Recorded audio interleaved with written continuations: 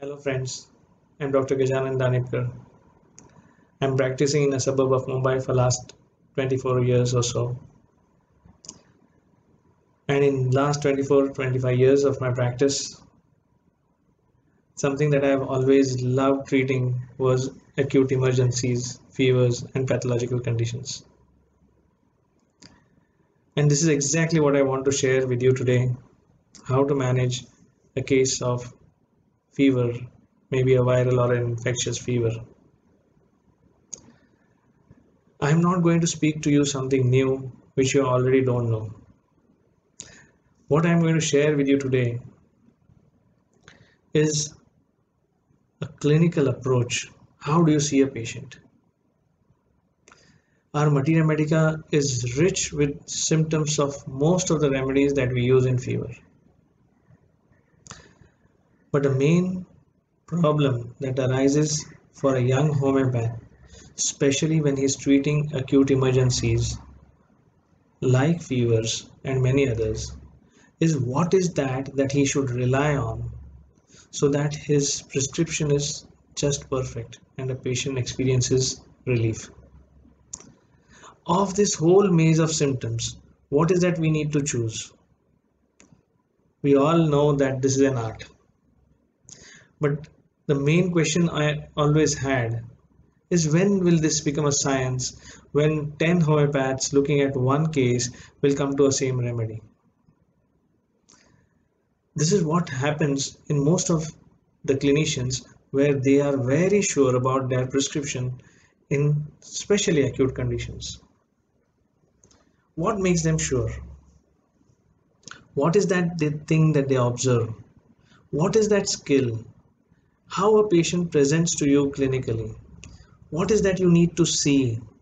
What is something that you need to search in a case? And what is that case taking in an acute condition, especially fever, that we as physicians should know will help us to come to a remedy? When you're dealing with acute emergencies like fever, the situation itself is so overwhelming that we do not have the time for the exact conventional case taking that we do. That doesn't mean that we don't have to do the conventional case taking. Of course, yes, we need to do that conventional case taking too. But that acute observation and picking up the right symptom will actually see through the case with a good result. Second thing is, when you're treating, we also should know the sphere of action of the remedy so that when you're prescribing, we know that this patient is going to be completely cured, or is there some residual symptoms that may be left on? Because in an acute condition, it is a progressive state where the patient may deteriorate, and we need to know the prognosis of the case. If you know your remedies well, if you know them with their sphere of action, the peculiarities and characteristics so very well the way they present in a clinic, I think you will never miss a case. That is what today I'm going to share with you all in this episode of Managing Fevers. This is what I told you about treating fevers. But now, if it's an epidemic where you require quick prescribing in many cases of similar symptoms, so do we have a different approach in case taking? Actually speaking, no. We need to do the same approach and prescribe by finding the characteristics, peculiars, and individualistic symptoms. But once you see many patients of the similar illness, you will see that it is the same remedy that is coming again and again. And this same remedy which comes again and again is generally the remedy that you need to prescribe every time. But if you see, there was one of the epidemics which our Sir Dr. Hahnemann managed. It was a case, the epidemic of scarlet fever, and he had prescribed belladonna. But in his lesser writings, he gives that he had prescribed belladonna, But in one odd case or other few cases where the patient came up with some residual symptoms like some rash or an abdominal pain, he had to give chamomilla to complete the cure. What this means is that though we have a kind of a approach which is generalized, but the cure can be still not complete if a residual state remains. So it is very important as a physician to be open-minded even when you're prescribing a remedy like a Janus epidemicus. Now, how to approach a case of viral fever, which is very much a commonest complaint that we are going to see in our practice. Before we go to the homeopathic part, it is very important that we know the disease part as such, though we are not going to discuss much in detail. But the patients generally come to us in viral fever in majorly three different stages. The initial stage, generally we all know about it, is where the patient will come, he's slightly feeling feverish, flowing nose, watering of eyes, listless, weakness, slight irritation in the throat. This is the prodrome phase, where the early phase, where the patient has just begun to get into a feverish feeling and maybe even the temperature is not developed. The patient many times comes and tells us, sir, I feel feverish, but there is no temperature, but I don't feel like working. I just feel like lying down, the whole body is aching. This is the very initial stage of fever. Then after maybe in some cases it progresses very fast. That depends so much on the individual constitution. And in some cases it takes maybe 12 to 24 to 48 hours for the next stage to come, where the patient will actually come to us with fever, with chills, headache, body pain, and listlessness, lethargy. The headache will be not very severe, but it will not make him work. This is the second stage. There may be even cough, which is slightly more than just an irritation. This is the second stage of a viral fever. Some patients present to us directly in the second stage. In some cases, you directly see the patient in the next stage where the headache becomes very severe. Patient is extremely prostrated, dull, not able to wake up. The lung involvement has started, a disease which progressed from the nose, the throat has gone into the lungs, a picture of pneumonia is seen. Patient is continuously coughing, becomes breathless. Many times they present with vomiting, diarrhea. And there are some cases where they have listed going into convulsions and delirium and loss of orientation. This is the third stage in which the patient may be seen. What we actually need to do is to ascertain which stage the patient is, because we have remedies to act in each stages. And we have to know the sphere of action of the remedies if in case we need to follow it till the last stage if the patient is in progressive condition. This is the most important aspect of understanding a viral fever. Now comes the most important aspect for a clinician, the approach in viral fevers. My friends, the key to success for a homeopathic prescription, which I personally believe is your art of observation. If your observation is acute, then there are very less chances of failures. Now, what is to observe in a case? This is something which is very, very important now. As the patient comes and enters in your clinic, you need to first, before even asking a question, observe how is he. Is he an active person, dull, morose, sleepy, drowsy? What exactly is his demeanor? How is he? This is a very important aspect because the remedies generally are expressing their state in the way they present. Once you write down the exact picture that he's giving to you, then watch for, before even asking the questions, Watch for any signs, any redness of a particular part, any coryza, any sneezing, okay? If he is sweating anywhere, these are those physical symptoms which will actually help you to nail the remedy. And then, as your case staging progresses, you need to ask about how the problem started. In some viral fevers, the condition progresses very rapidly, and in some cases, it takes time. So, we have different remedies where the progress has happened very fast, and different remedies for the cases where the progress has been dull, slow. Then, what is the order of involvement of the organs? Is the problem started with a flowing nose, with a throat pain, with the exposure, or had it any peculiar cause? Or was it a regular pattern that he always has it?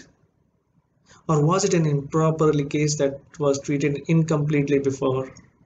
So this pattern also becomes very important. Before going to its peculiars, please try and understand his more important generals. For example, how the fever started, the pattern of the fever. Were there stages that followed each other, or directly the stage of chills and the heat surpassed and it was directly in the sweat stage? Which stage was predominant? And is there any peculiar concomitant that is there in the stage of fever?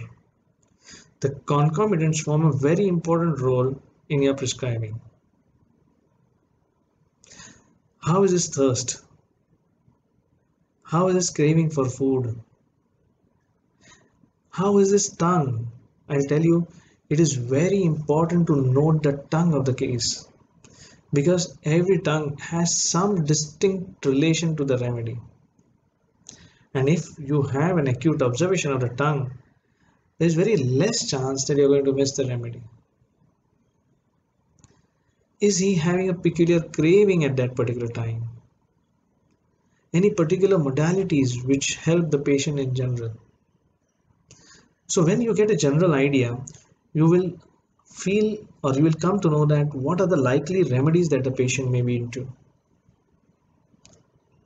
Once this stage in case taking is over, then you can go on to the peculiarities in the case, which is generally the individualizing factor. So it can be the behavior, it can be his nature, it can be the dreams, delusions, or for matter the delirium, something that will individualize the case. And I always believe, however good that we have come to any generals, for a homeopathic physician, for the remedy to act better, it is very important that you individualize before you prescribe. However, you feel the remedy is covering everything. If the patient is individualized, I'll tell you from my experience, the results have been excellent. So that is in short how to approach a case, and I guess we all must be doing the same way. But most important is the way you see the patient clinically. Now, I just told you about how to approach a case. Now, I would like to share with you some of the frequently used remedies in viral fevers and their clinical presentations. See, as I told you earlier, these remedies have been extensively described in Materia Medica. We all know them. And what I'm going to share with you is not the Materia Medica, not the repertory, but what we see clinically that is verified again and again, which has helped to give consistent results. That's the thing that I'm sharing with you, how the patient is seen, how you can individualize the patient with minimal information. Because, mind you, I'm speaking about arsenic in an acute condition. Otherwise, we have huge collection of symptoms for arsenic. How will the arsenic patient present to you?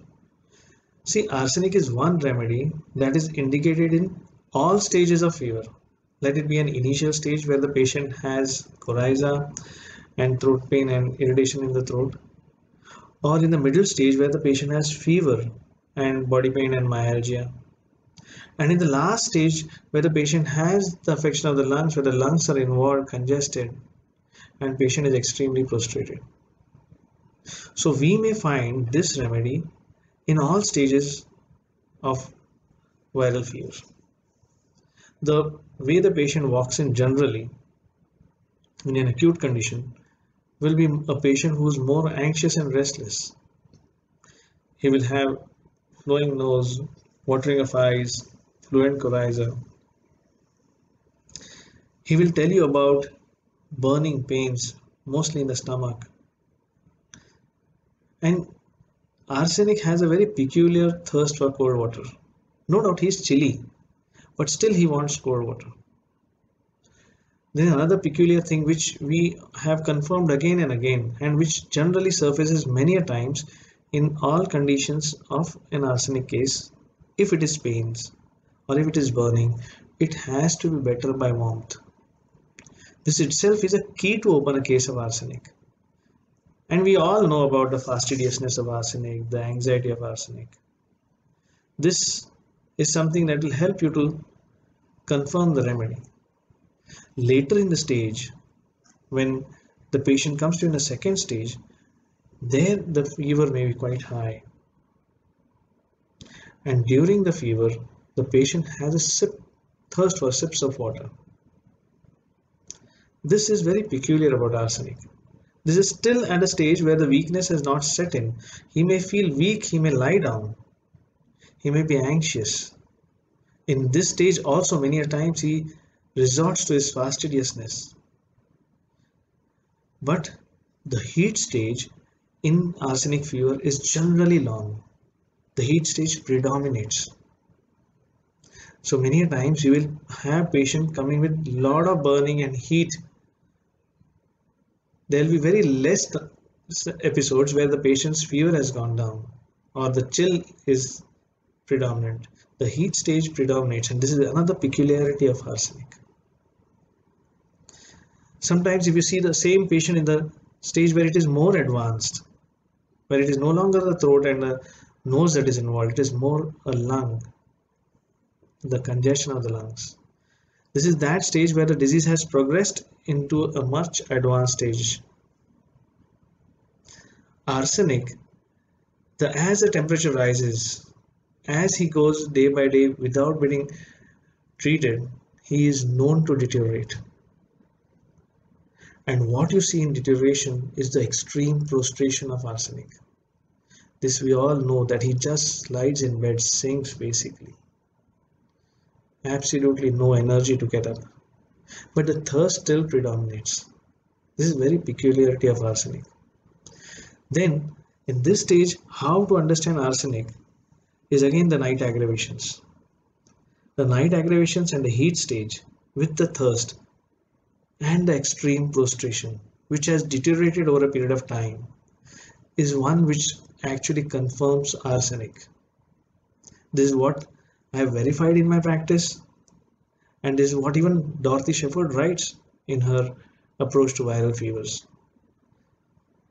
If you get the anxiety, if you get the fastidiousness, it's fantastic, and generally you will always find that in arsenic. And without the anxiety, without the thirst for sips of cold water, and without the patient complaining of burning and not feeling better by warmth, you can't prescribe arsenic.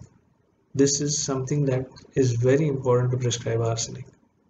So I don't think we'll miss arsenic if we can see arsenic in all these three stages the way I described arsenic. This is clinical, something that we have verified in our practice again and again and again when you're treating viral fevers, especially arsenic. Another remedy which I have found very frequently useful in treating viral fevers is the remedy gelsemium. What is so very peculiar about gelsemium that I always see in my clinic and have verified time and again is the moment the patient enters, you see a complete dull look on the patient. The sleepiness is so very overpowering. The drowsiness. We all know from the books that dullness, dizziness, drowsiness. But the moment you observe this, there are so many active remedies that should not come in your mind. Now, who is this gelsemium and what is the thing that will confirm gelsemium after you see the first dull look? The next thing that you observe, ask him to open his mouth. Generally, you will see a trembling tongue. He's not able to open his mouth properly. Or many times the speech is also of a very sleepy person. The incoordination is very marked feature of gelsemium, and in fevers it is very much seen either in the trembling of the tongue, either in the way he speaks or the way he walks. The gait is also not proper. These are the first few signs which will actually make you see gelsemium through. Then you ask him, how does it feel? And then he will talk about, first thing is chilliness, that he is very chilly. He needs to cover himself. The chilliness sometimes is so overwhelming that he wants that somebody should hold him. That is another step that will make you confirm, yo, yes, this guy can be gelsemium. Then you ask him, how is your thirst? Absence of thirst, thirstlessness is a very marked feature that will make you more sure about gelsemium. When you ask him about his chilliness, the peculiarity of his chilliness is very important. He always feels the chills that begins in the back. It's more towards the spine. Like in Bryonia, I had one case where a patient says he has chillness or chills beginning from the lips. So in gelsemium, you will see a chilliness that is beginning from the back. Many times gelsemium also presents in the initial part of the fever where the dullness is just developing, but there is a good picture of fluent coryza. The coryza is very typical where there is excoriating discharge and burning, frequent sneezing with headache. It may seem to you like L.M.C.P.A, but the dizziness and dullness will actually rule it out. A lot of gelsemium patients have an increased frequency of urination also, especially when they are feeling chilly. This will help you to just add to your information about this remedy. There's a typical case which I had treated where a patient came to me with diplopia in fever. And I had to just ask few more questions to confirm the remedy.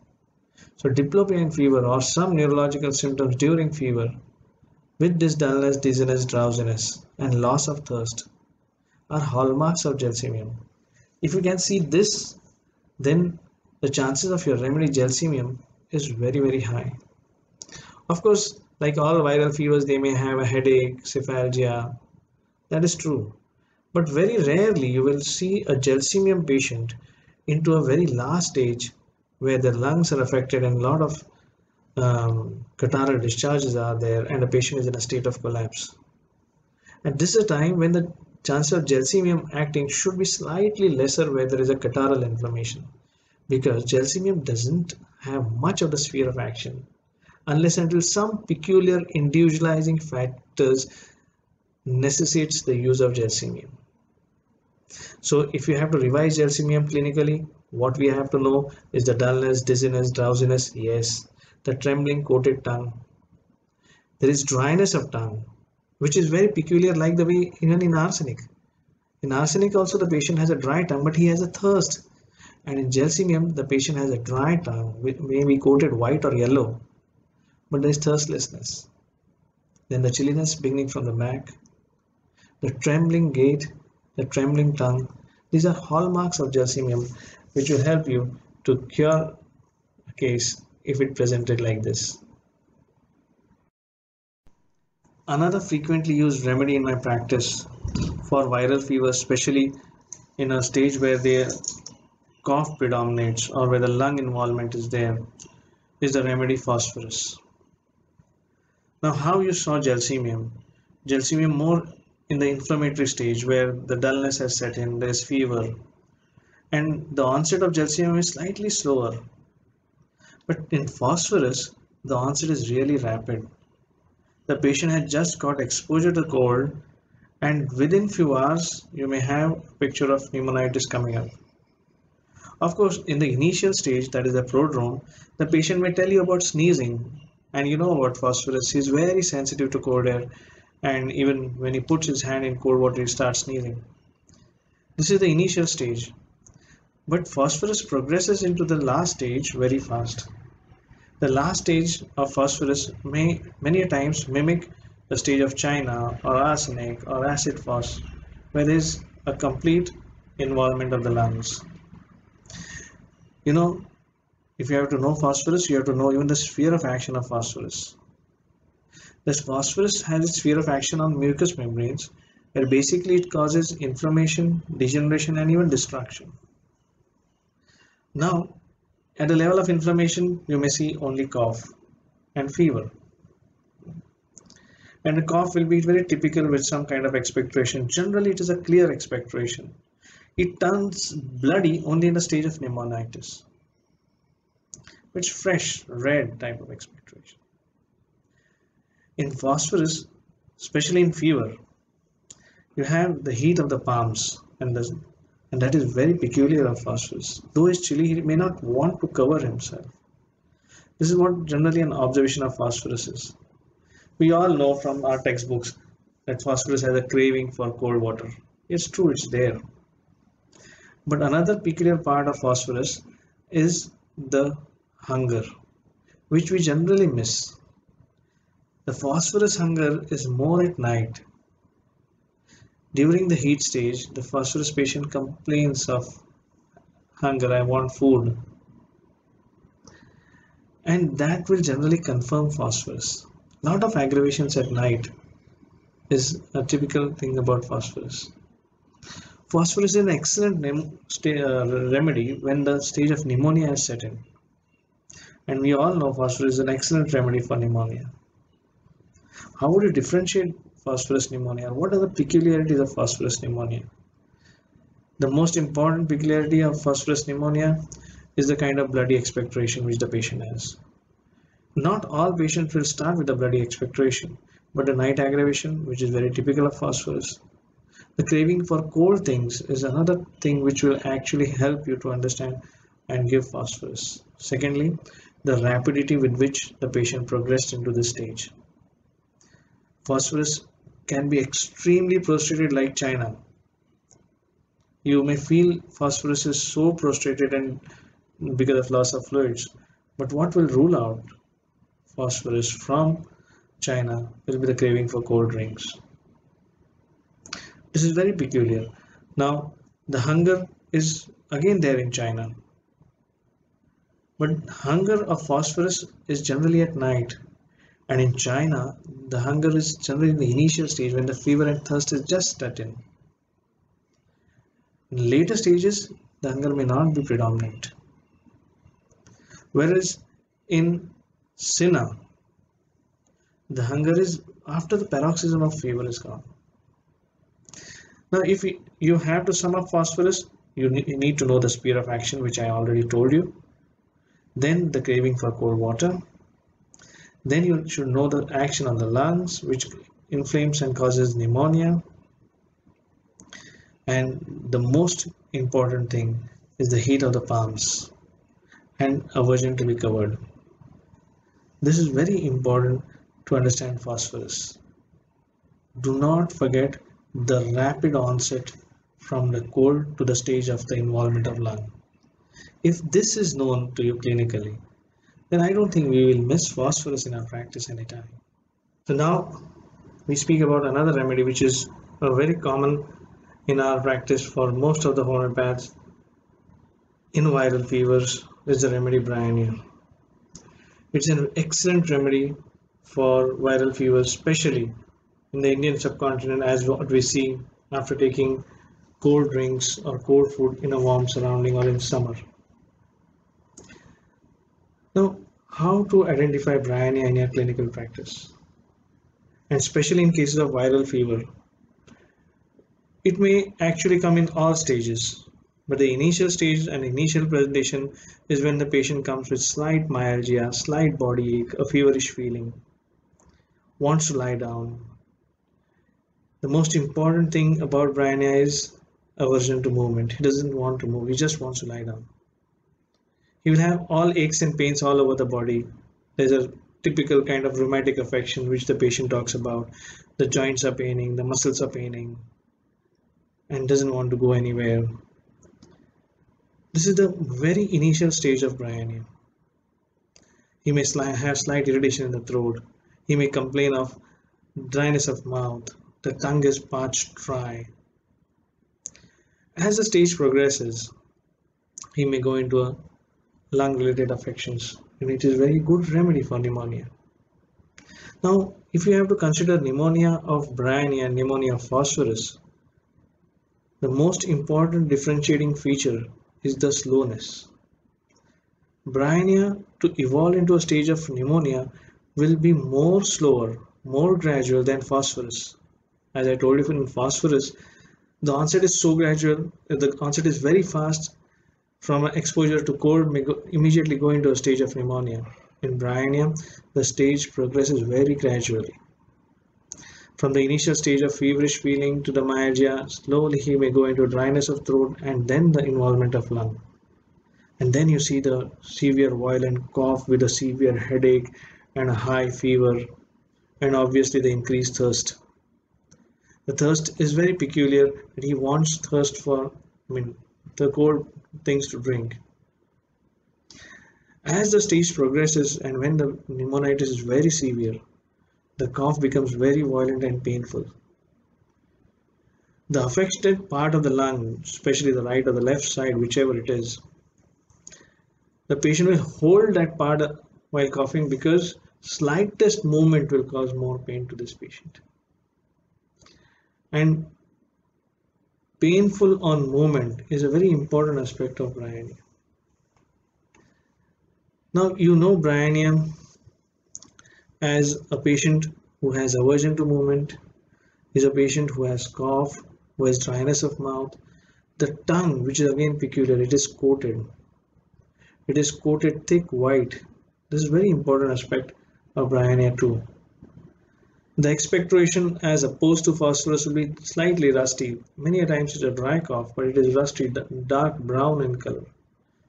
These are some salient features with which you should be able to not miss Bryannia. And these are some things which we have verified clinically again and again. The better by pressure, the aversion to movement, wanting to lie down. Okay, aversion to company, very important aspect of the Bryannia mind. Feature which is he doesn't want anybody to come near him and disturb him because the movement will again aggravate. Phosphorus on the other hand, even in the stage of pneumonia, would always want somebody next to him to comfort him. This is very important and it's an excellent remedy, I'm telling you. If you find all these features, without hesitation prescribe Bryannia and you will have excellent results. Now, another remedy that will come very predominantly, especially in the end stages of viral fever, is the remedy China. When anybody thinks of China, the first picture that comes to our mind is extreme debility and prostration. You need to see a patient of China who's active and running around. It's not possible. China, the patient mostly when we are prescribing has an extreme debility when he's lying down, and basically it's because of his weakness. China, the sphere of action is mainly on circulation and metabolism. Due to the overwhelming affection of the disease, the metabolic activity is so weak that he's hardly able to get out of his sleep also. He's so drowsy and so sleepy and so weak and so debilitated.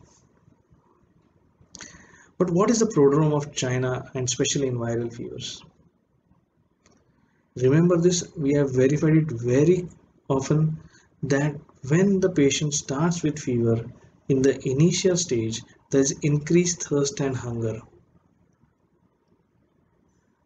What I said, there is increased hunger and thirst in the initial stage of fever. Like in phosphorus, the hunger is more at night. This is initial stage, the patient is very hungry. And I'll tell you from my clinical experience, it will really require a very good peculiar symptom to rule out China if I see this symptom in China. Apart from this, how does the chill begin? The chill in China generally begins from the lower extremities, from the legs, below the knees. This is a very important peculiar feature of China. If you ask him to open his mouth and see his tongue, it is coated. There's a bitter taste in the mouth. Sweat stage is very predominant. The patient is sweating all over. The weakness, the sweat, the chills beginning from the legs, in fact below the knees, the hunger in the initial stage. In fact, when the chill stage starts coming, the thirst starts going on decreasing. If this doesn't happen, again, it's not China. This is very peculiar of China, and generally when you have to see China in viral fevers, it is like a remedy that is a big saving remedy. A lot of my patients in these stages where they require hospital admission type of picture, China has worked wonders. A dose of China for a patient who is in complete torpor, complete collapse. The exact word for China in his stage of weakness is collapse, where the whole economy is completely down. And dose of China has revived the patient back to his active state. This is where the exact prescription of China will come to you. There may be an initial stage where you can prescribe at a time when the China has come with slight sleepiness and the hunger in the initial stage. Of course, if you can prescribe and catch China at that level, you may abort the big attack of China. And this is something that has been clinically verified, and I feel if you can use this and verify, it will really help you in your practice. This is something which you should know about China. So we have been discussing these viral fevers in different stages, and I firmly believe that many remedies are indicated in different stages of fever. Similar is one of the very important life-saving remedies, that is a remedy camphor. It is an excellent remedy in the last stages of fever. It doesn't mean that it doesn't come in the initial stages, but for camphor to be camphor clinically, which I have verified and found and had excellent results, is when there are catarrhal affections leading to collapse. And the collapse stage is so peculiar that when you touch this patient of camphor, you will find the first thing is coldness. Whole body is extremely cold, extremely cold. This is the first essence of camphor to be camphor. And remember this, mark this in your books forever. A camphor patient cannot be warm, it has to be cold. They have an excessive sensitiveness for cold air. Very important aspect. Extremely sweaty, extremely chilly, wants completely full of sweat, but it doesn't want to be covered. He has a big aversion to covering even though he is chilly. Now this will actually make you think of camphor. The chilliness, then the catarrhal affection, the collapse, and the coldness of the skin. Apart from this in camphor, what is very important is the tongue. The tongue is actually very flabby and spongy and coated tongue. When you see this, I think you should not hesitate to prescribe camphor. Again, to revise, it is mainly a remedy at the end stage where the patient is having fever and is actually completely in a collapse stage with the coldness of skin. There's a lot of catarrhal inflammation. You may have pneumonia, you may have chest congestion, you may have breathlessness. But the most important is the coldness of the body. If you see this, do not think of any other remedy if rest of the things are matching. It is a case of camphor. Another very important remedy which is very frequently asked whenever I am teaching viral fevers or fevers is how to use influenzinum. It's one of the nosodes which has helped me in my practice, and I have a very peculiar way of using it, and I'm actually only sharing my clinical experience how I will use influenzinum. Many times when a patient comes to you with a symptoms of fever, where he will tell you in a typical way, sir, I feel feverish, but the temperature doesn't come in the thermometer. I feel that I am about to get sneezing and cold, but it's not actually a flowing nose. A severe lethargy I feel, don't feel like going home, going to work, feel like lying down. Very initial stage. Then you ask him any previous episodes. He said, I get this fevers very recurrently. Many a times when I take something cold or get exposed to change in weather, I get this feeling. And every time I get this, I have been taking some remedies, maybe from the modern medicine and something, and it has been quite well and it has been subsiding every time. But even if it goes, after some time, I see this thing coming again and again. It is basically a residual state that has remained. Some cases which have not been treated completely come up with a pseudo state of fever. That is one of the very good indications of the remedy influenzinum. Now, what influenzinum will do, or it does, sometimes you give influenzinum and the whole of the state disappears and the patient may not see you with the symptoms. It was just a lurking thing that needed and the patient is completely better. Or it may so happen that influenzinum will clear up your case for a new remedy. It will just remove the state and you will see a fantastic maze of symptoms which will indicate the indicated remedy. And that is the best thing to happen in your patients, especially when there is recurrences. A lot of viral fevers come with recurrences, and in case of recurrences, you need to see to it that this periodicity, the recurrences stops. Basically, I use influenzinum as a key to open up a case, and this way I had had tremendous success in influenzinum. Apart from the other indicated features, this is something which I shared out of my clinical experience, and there are many other symptoms that you will get about influenza and all the other remedies that I discussed also. But what I am sharing is the clinical experience. With this, we come to the conclusion of today's topic of managing infectious fevers with homeopathy. With the constraint of time, I could only discuss the clinical pictures of just 5-6 remedies. That doesn't mean that the pulsatlas, the euphorium, the rustox, the nux vomica, the pyrogen, and so many other remedies go out of practice in viral fevers. They have their specialized indications and they are excellent when they are given with their indications.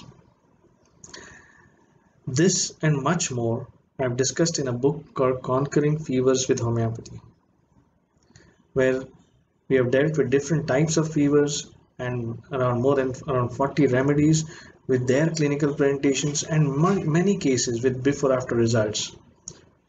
I would urge that you can just lay hands on this book so that you can get a first-hand experience on treating fevers with homeopathy.